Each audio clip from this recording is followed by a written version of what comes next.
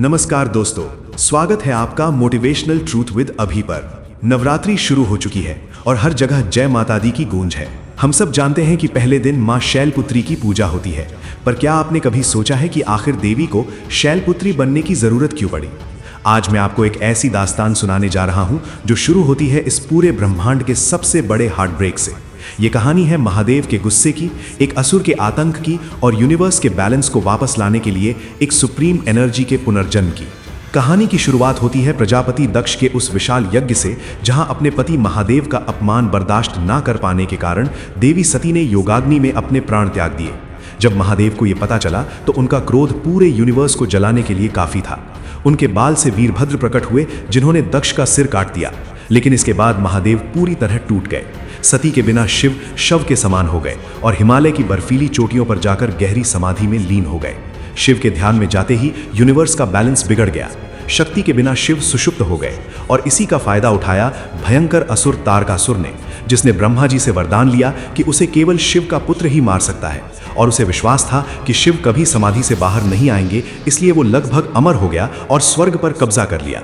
देवता भयभीत हो गए और उन्हें समझ आया कि जब तक महादेव वापस नहीं आएंगे तब तक तारकासुर का अंत असंभव है और महादेव को केवल एक ही शक्ति वापस ला सकती थी, देवी भगवती खुद।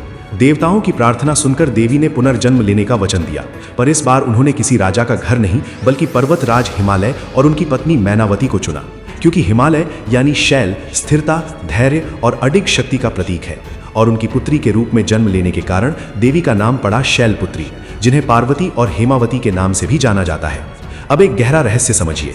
मां शैलपुत्री के दाहिने हाथ में त्रिशूल होता है, जो पास्ट, प्रेजेंट और फ्यूचर का नियंत्रण दर्शाता है, और बाएं हाथ में कमल, जो पवित्रता का प्रतीक है, जबकि उनकी सवारी नंदी है, जो धर्म का प्रतीक है। यानी जब तक आपका जीवन धर्म और स्थिरता पर आधारित नहीं होगा, तब तक मां की कृपा प्राप्त नहीं होगी। आध्यात्मिक विज्ञान यानी कुंडलिनी योग के अनुसार मां शैलपुत्री हमारे मूलाधार चक्र की देवी हैं, और जब तक जीवन में पर्वत जैसी स्थिरता नहीं आती, तब तक आध्यात्मिक यात्रा शुरू ही नहीं होती। अब देवी शैलपुत्री बड़ी हो रही हैं और उन्हें एहसास होने लगा है कि उनका जन्म महादेव के लिए हुआ है। लेकिन समस्या ये थी कि महादेव हजारों वर्षों से समाधि में थे।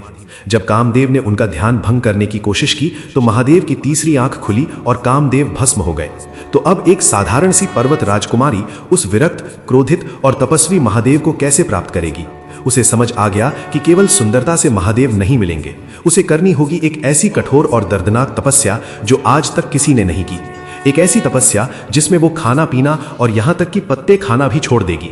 आखिर क्या किया उस राजकुमारी ने और कैसे वो शैलपुत्री से मां ब्रह्मचारिणी बनी? ये पूरे यूनिवर्स का सबसे बड़ा ट्रांसफॉर्मेशन है, जिसकी कहानी मैं आपको बताऊंगा कल नवरात्रि के डे 2 के एपिसोड में।